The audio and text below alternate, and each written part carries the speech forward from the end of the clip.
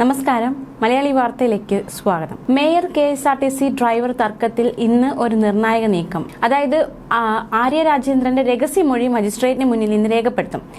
Driver യദുവിനെതിരായ ലൈംഗിക അധിക്ഷേപ കേസിലാണ് ഇന്ന് മൊഴി രേഖപ്പെടുത്തുന്നത്. ഈ ഒരു സാഹചര്യത്തിൽ ഇപ്പോൾ യദുവിന്റെ അമ്മ നിർണായകമായ ചില ആരോപണങ്ങൾ ഉന്നയിച്ച് വീണ്ടും രംഗത്ത് വന്നിരിക്കുകയാണ്. ഗുരുതരമായ ആരോപണങ്ങളാണ് മേയർക്കും കൂട്ടർക്കുമെതിരെ യദുവിന്റെ അമ്മ ഉന്നയിച്ചിരിക്കുന്നത്.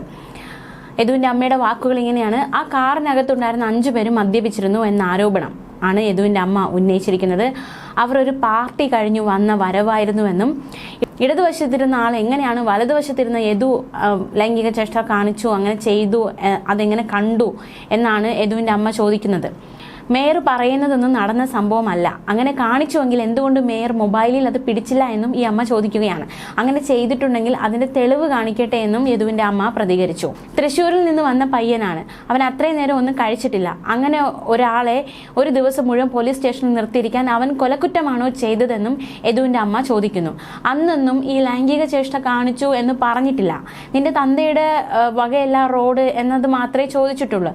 എന്നാൽ കേസ് കൊടുത്തു എന്നറിഞ്ഞപ്പോൾ മാത്രമാണ് ലൈംഗിക ചേഷ്ട കാണിച്ചു എന്ന ആരോപണം ഉന്നയിക്കപ്പെട്ടത്.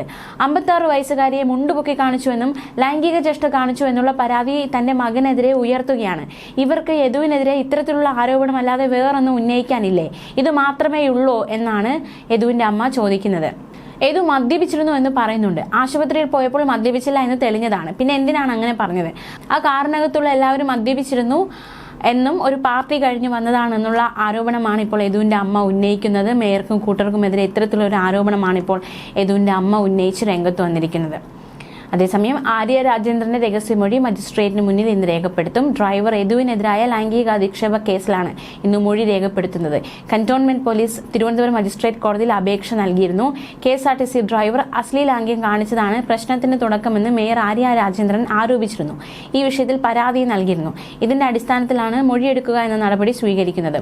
മേയറും MLAയും ഉൾപ്പെടെ 5 പേരടങ്ങുന്ന സംഘം KSRTC ബസ്സിന് കുറുകെ കാർ ഇട്ട് തടഞ്ഞ സംഭവം വൻ വിവാദമായതാണ്. മേയറും സംഘവും KSRTC ഡ്രൈവറുമായി വാക്കേറ്റവും നടത്തി. ഡ്രൈവിംഗുമായി ബന്ധപ്പെട്ട തർക്കമായിരുന്നു വഴക്കിലേക്ക് എത്തിയത്. ഡ്രൈവർ യദു ലൈംഗിക അധിക്ഷേപം നടത്തിയെന്നതടക്കം മേയർ പരാതി ഉന്നയിച്ചിരുന്നു. സംഭവ ദിവസം രാത്രി തന്നെ മേയർ പരാതി നൽകി. ഈ പരാതിയിൽ ഡ്രൈവറെ അറസ്റ്റ് ചെയ്ത് വിട്ടയച്ചു. ഇതിന് പിന്നാലെ കമ്മീഷണർക്ക് യദു പരാതി നൽകി. എന്നാൽ പോലീസ് നടപടിയൊന്നും സ്വീകരിച്ചില്ല. ഇതോടെ ഡ്രൈവർ കോടതിയെ സമീപിക്കുകയായിരുന്നു. ഇതിനിടെ വക്കീലായ ബൈജു നോയലും കോടതിയെ സമീപിച്ചിരുന്നു. ജില്ലാ കോടതിയിൽ വക്കീൽ നൽകിയ പരാതിയുടെ അടിസ്ഥാനത്തിൽ പോലീസ് മേയർക്കെതിരെ അടക്കം കേസെടുത്തിട്ടുണ്ട്. ന്യൂസ് ഡെസ്ക് മലയാളി വാർത്ത.